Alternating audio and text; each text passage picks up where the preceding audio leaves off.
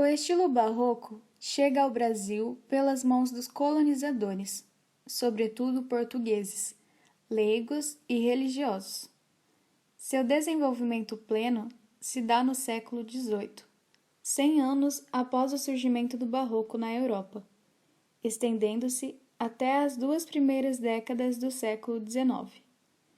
Como estilo, constitui um amálgama de diversas tendências barrocas, tanto portuguesas quanto francesas, italianas e espanholas.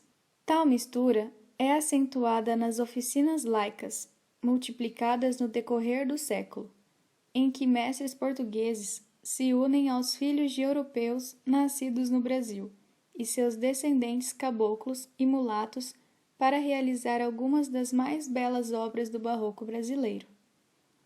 Pode-se dizer que o amálgama de elementos populares e eruditos produzido nas confrérias artesanais ajuda a rejuvenescer entre nos diversos estilos, ressuscitando, por exemplo, formas do gótico tardio alemão na obra de Aleijadinho. O movimento atinge o auge artístico a partir de 1760, principalmente com a variação rococó do barroco mineiro. Durante o século XVII, a Igreja teve um importante papel como mecenas na arte colonial. As diversas ordens religiosas, beneditinos, carmelitas, franciscanos e jesuítas, que se instalam no Brasil desde meados do século XVI, desenvolvem uma arquitetura religiosa sóbria e muitas vezes monumental, com fachadas e plantas retilíneas de grande simplicidade ornamental, bem ao gosto maneirista europeu. É somente quando as associações leigas, confrárias, irmandades e ordens terceiras tomam a dianteira no patrocínio da produção artística do século XVIII, momento em que as ordens religiosas veem seu poder enfraquecido, que o barroco se fortalece em escolas regionais, sobretudo no Nordeste e no Sudeste do país. Contudo, a primeira manifestação de traços barrocos, se bem que misturada ao estilo gótico e romântico, podem ser encontrados na arte missionária dos 7 povos das missões na região da Bacia do Prata.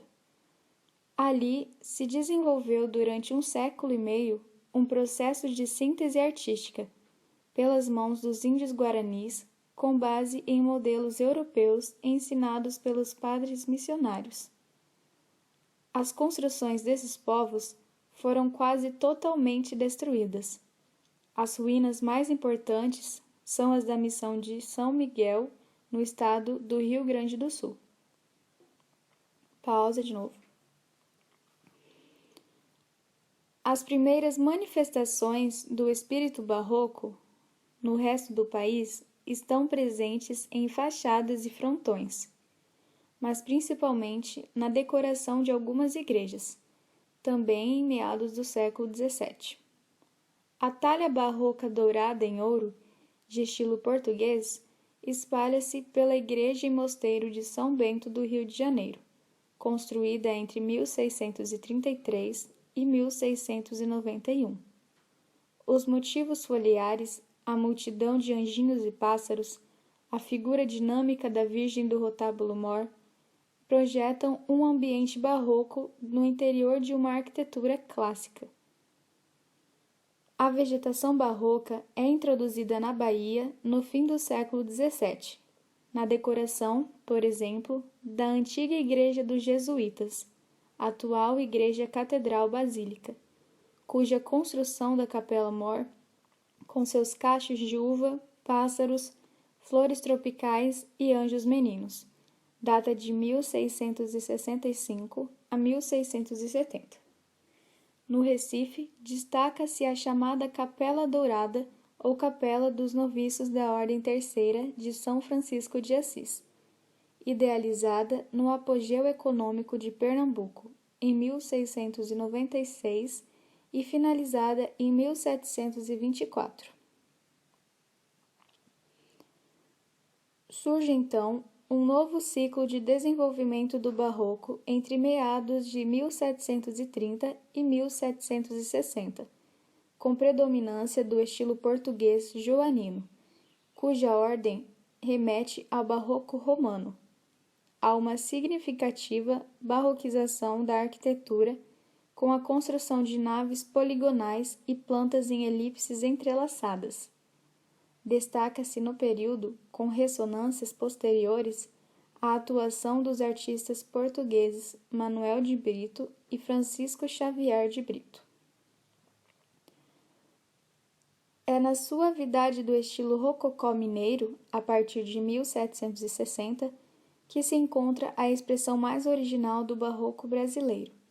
A extrema religiosidade popular, sob o patrocínio exclusivo das associações laicas, se expressa em um espírito contido e elegante, gerando templos harmônicos e dinâmicos de arquitetura em planos circulares, com graciosa decoração em pedra-sabão. As construções monumentais são definitivamente substituídas por templos intimistas, de dimensões singelas e decoração requintada, mais apropriados à espiritualidade e às condições materiais do povo da região. Eu falei povo, calma. Vou voltar nas construções.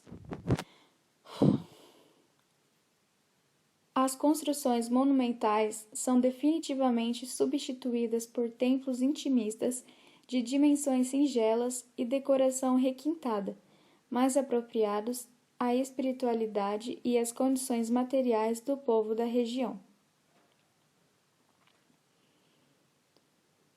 Um dos exemplos mais bem acabados desse estilo pode ser contemplado na Igreja da Ordem Terceira de São Francisco de Assis da Penitência, cujo risco, frontispício, retábulos laterais e do altar-mor, púlpitos. Jesus Cristo. Um dos exemplos mais bem acabados desse estilo pode ser contemplado na Igreja da Ordem Terceira de São Francisco de Assis da Penitência, cujo risco, frontispício, retábulos laterais e do altar-mor, púlpitos e lavabo são de autoria de Aleijadinho. A pintura ilusionista do teto da nave é de um dos mais talentosos pintores barrocos, Manuel da Costa Ataíde. Ai, que droga, olha aí. Um dos exemplos mais bem acabados desse estilo pode ser contemplado na Igreja da Ordem Terceira de São Francisco de Assis da Penitência, cujo risco, frontispício, retábulos laterais e do altar-mor, púlpitos e lavabos são de autoria de Aleijadinho. A pintura ilusionista do teto da nave é de um dos mais talentosos pintores barrocos, Manuel da Costa Ataíde.